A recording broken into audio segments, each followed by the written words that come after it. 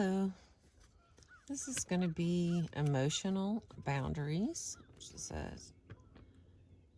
topic 5. As you explored the last topic, you may have discovered physical boundaries that you didn't know you had because you were traumatized.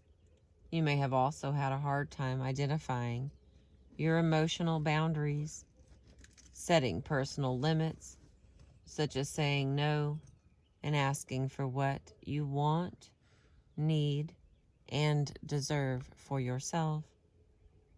When you were a child, you may not have been given choices. Perhaps you were made to do things and treated poorly. You were not given the opportunity to refuse to do these things. You learned that if you tried to refuse, the situation might worsen rather than improve, and that you might cause yourself even more harm. If you took a risk and asked for what you needed for yourself, you may have been scolded, ridiculed, or even hurt. As a result, as you grew up, you carried with you a fear of saying no and of asking for what you want, need, and desire. As a child, your control over your environment and the things that happened to you may have been very limited. If you were fortunate, the adults in your life cared about you and took good care of you.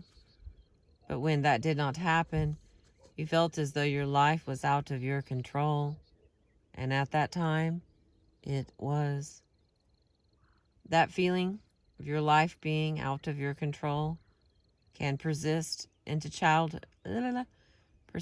adulthood, even when you are in charge of your life.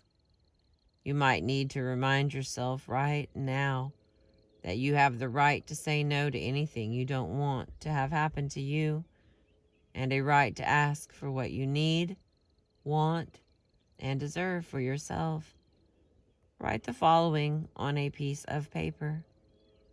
I have the right to say no to anything I do not want to have happen to me, and a right to ask for what I want, need, and deserve for myself. Read the statement over and over to yourself, out loud if possible. If you can, read it to a friend. Keep the piece of paper in the front of this book and read it often.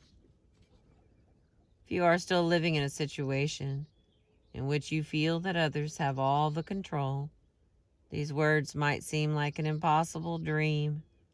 Do not despair. Thousands of people just like you have seen the dream of taking control come true. Learning to say no. Do you ever find that you want to say no but are afraid that the results of saying it would be unsafe? Do you feel you can't say no to such things as, here's our list: uncomfortable or intimate touch, sex, doing favors such as lending money, medical procedures, abuse and or harassment, controlling behaviors by others, spending time with people who treat you badly, alcohol or drugs, going places you do not want to go, or doing things you do not want to do. Below lists the things you may have a hard time saying no to. We've got some lines here to write that out, should you desire to do so. When you first realize that you can say no, it feels very different and very new. Although Marty, a 28-year-old social worker who was molested as a child, has had a hard time in her life saying no, she recalls an incident that she feels was a milestone in her life. She was at a college fraternity party. The same man kept asking her to dance over and over. Each time she danced with him, she felt more and more uncomfortable as he made more suggestive advances. When he asked her to go to his room, she did something that was unusual for her. She said no. He called her a tease, but eventually walked off and asked someone else to dance. She felt a bit shaken, but relieved. Describe a time that you said no that you feel good about. There's some lines there to write that out. And the next question, describe circumstances in which you did not do things you wanted or needed to do for yourself, or let others push you around because you were afraid of what might happen if you refused. There's space to write that out. What could have helped if you had said no? Space to answer. What would have been better, saying no or having the other thing happen? Next question. How could you take control and say no without getting hurt or having some other negative consequence? All right. You may have discovered some ways of taking some action to get the results you want without directly telling the other person no. Kelly's husband wanted to control her life. If she did something her husband did not want her to do, he would fly into a rage, a situation that made Kelly feel very afraid. Rather than tell her husband what she was going to do, such as spend some time with her grandchildren, have a cup of tea with a friend, excuse me, or apply for a different job, Kelly lied. Lying and plotting ways to keep her husband from finding out what she was doing became a very uncomfortable way of life for her. Describe some other ways that Kelly might have used to get what she wanted, needed, and deserved without having to lie. The next curious thought. Jane was anxious to end her relationship with her boyfriend, but was very apprehensive about telling him she no longer wanted to see him. When he called to arrange times for them to get together, she made up excuses, such as telling him she had to work late or that she had gotten a stomach virus. Excuse me. Describe some other ways that Jane might have used to get what she wanted, needed, and deserved without making up excuses. And the next one is describe any strategies that you have used to keep yourself from having to say no. And the next is, while these strategies may be helpful at the moment, they continue to leave the other person with some control over your life. What are you afraid would happen if you just said no? The next question. The next time you notice you're about to take some action to avoid having to say no, how could you handle the situation differently? Could you say no? Why or why not? And I definitely encourage some of these are questions to have a professional to go over you with.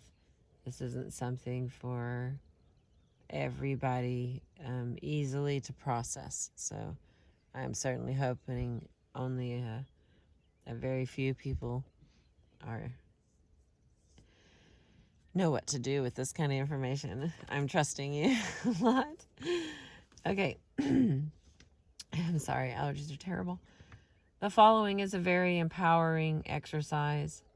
Practice saying no to someone you have or have had a hard time saying it to.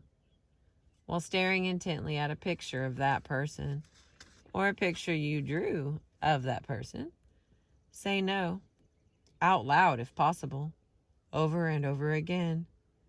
You might want to ask a friend to be with you when you are doing this. Repeat this exercise whenever you feel as though you are having a hard time saying no. Well, that's really neat. Because everybody's got pictures on their phone. Go through someone that you dislikes Facebook page and just say no a whole bunch of times. I'm not suggesting that. I'm saying, what if? Instead of the other reasons that people Facebook troll. All right, back to the point. Marion, a woman in her mid-50s who was abused as a child, has 2 school-age granddaughters. Although she loves the girls dearly and spends a lot of her free time with them, she found herself becoming very annoyed and irritated by the ease with which they said no and demanded that their needs be met.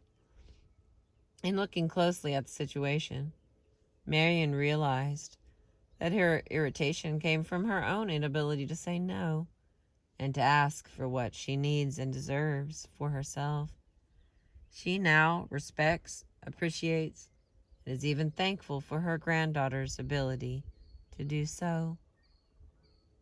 She is hopeful that it will protect them from being poorly treated and that it will ensure that their lives will be the way they want them to be. Some women who are currently living with violent partners may be in serious danger if they stand up for themselves. Are you one of these people? If your partner has hit, kicked, pushed, or slapped you, or has even threatened to do so to you, your children, your other family members, your friends, or your pets, then you should take the following steps before trying to assert yourself. Number 1, tell someone you trust about your situation. Number 2, seek advice, support, or services from a shelter for battered women. Number 3, contact a domestic violence hotline or clinic.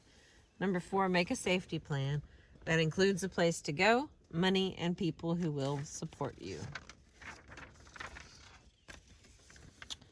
The goal of this information is for you to grow and get more of what you want in life, but you cannot grow if you are not safe. Making personal choices. While some of the choices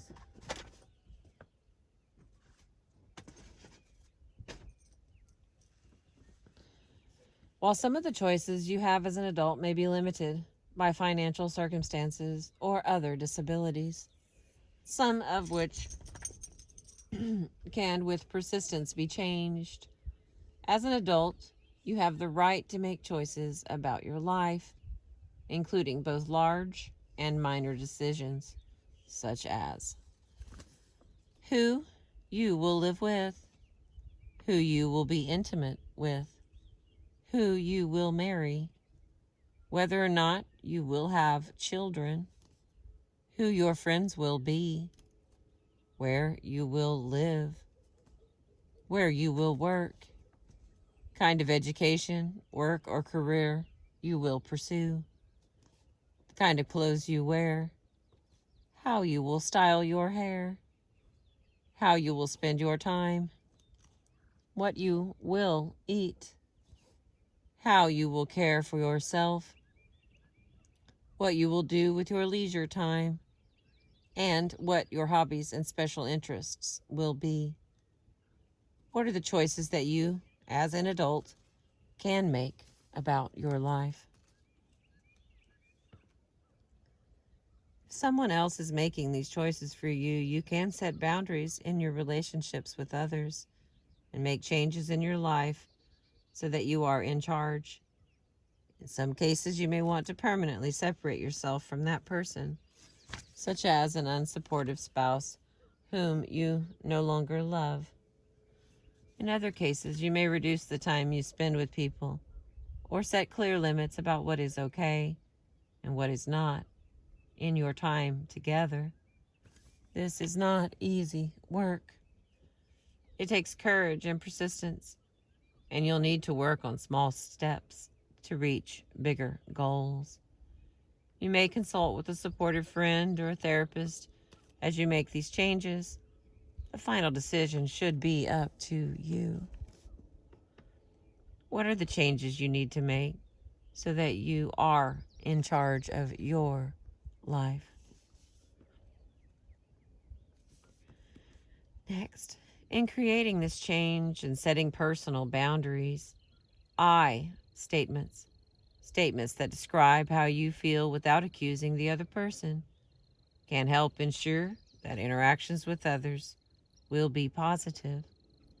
For example, if your partner has been telling you that you cannot change jobs, you can merely say, I am going to change jobs. If he wants to engage you in a discussion about why you need to keep this job, just return to your I statement saying, I am going to change jobs. You can give some further explanations such as, this job is too hard on my back, or the hours are too long. But all you really need to say is, I am going to change jobs. When you are using I statements, avoid saying anything negative about the other person, such as, you are being unsupportive, or you don't understand the situation, as this can make the situation more difficult. Keep the discussion focused on you. For example, perhaps you want to tell your mother that you're going back to finish college. You know that your mother doesn't approve of this idea and will try to convince you that you are not smart enough to do it. When your mother begins giving you all the reasons why you shouldn't go back to college, you can stay in control of the situation by ignoring her comments and repeating, I am going back to college, until your mother simply stops trying. The following are some examples of I statements. I am ending this relationship. I am buying myself a new pair of pants. I want the house to be quiet from 9 at night until 7 in the morning. I will not hug you.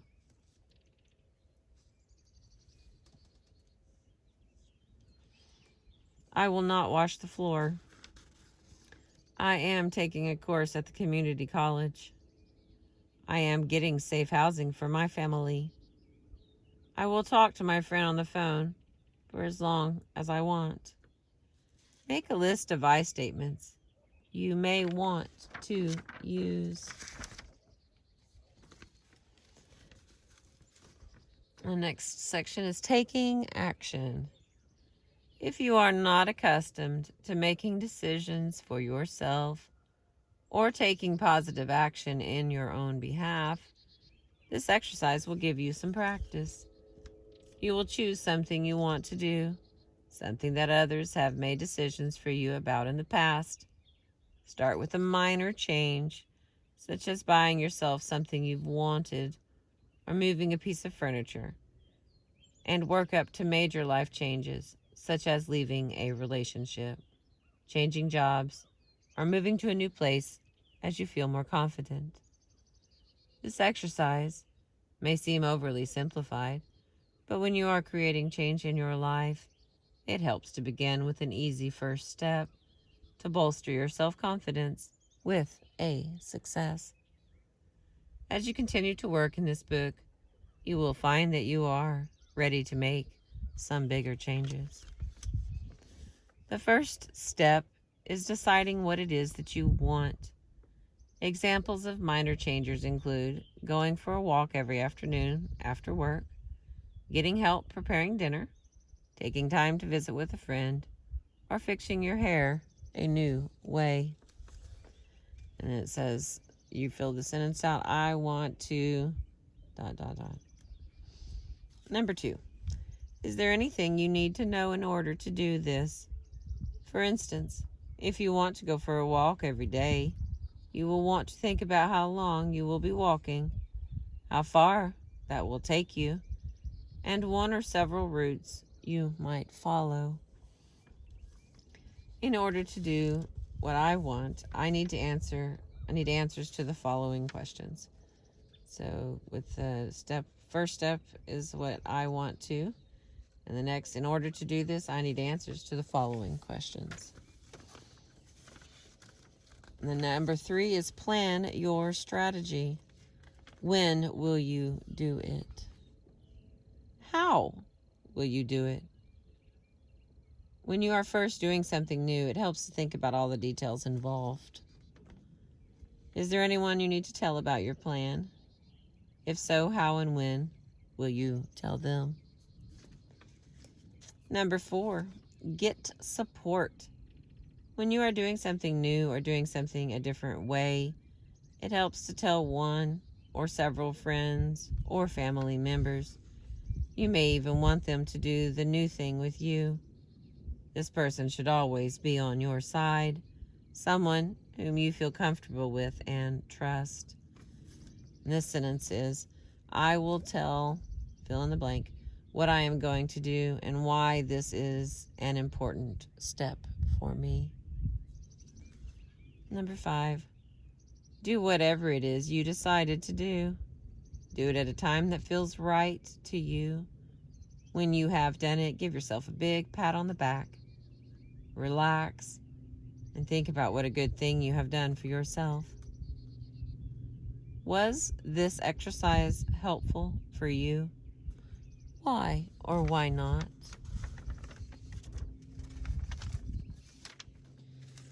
One woman reflected on how difficult it was for her the first time she decided to buy a new outfit without asking anyone's permission. In her marriage, before she could go shopping, she had to ask her husband's permission.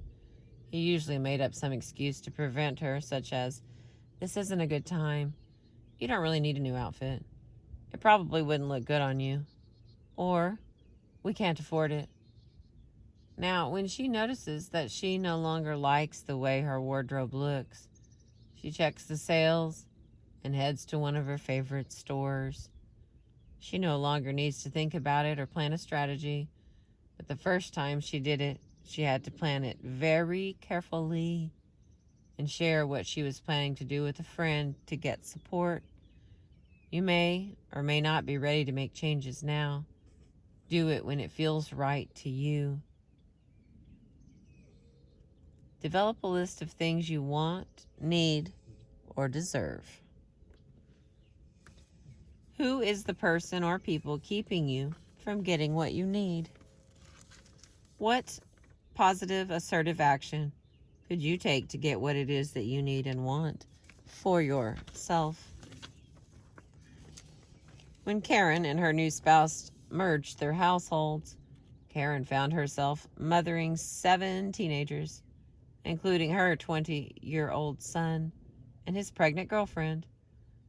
This son and his girlfriend became increasingly verbally abusive toward Karen, expecting her to drive them wherever they wanted to go, creating chaos with the other teens, and refusing to clean up after themselves. Karen found herself needing to escape and stay with a friend for several days. She was reluctant to tell them to move because they kept accusing her of being a bad mother. Finally, she did it. With the support of her spouse, she told them to leave immediately. I don't know why that doesn't feel like that was a continuation, but it was. Okay, optional activities. Practice saying no and notice how it feels.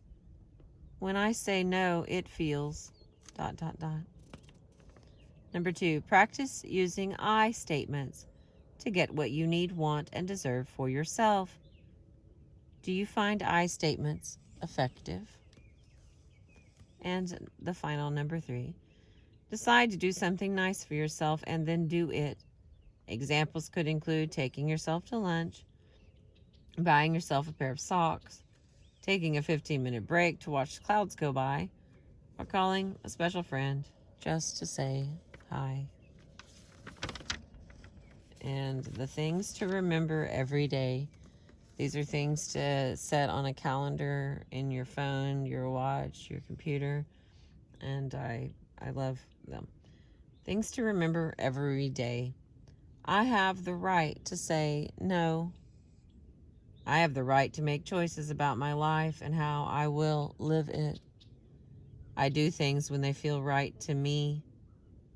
I know what I need, want, and deserve. I take action to make my life the way I want it. And that is the end. Thank you for letting me read to you a form about emotional boundaries with some ideas and techniques to try on your own. I appreciate you.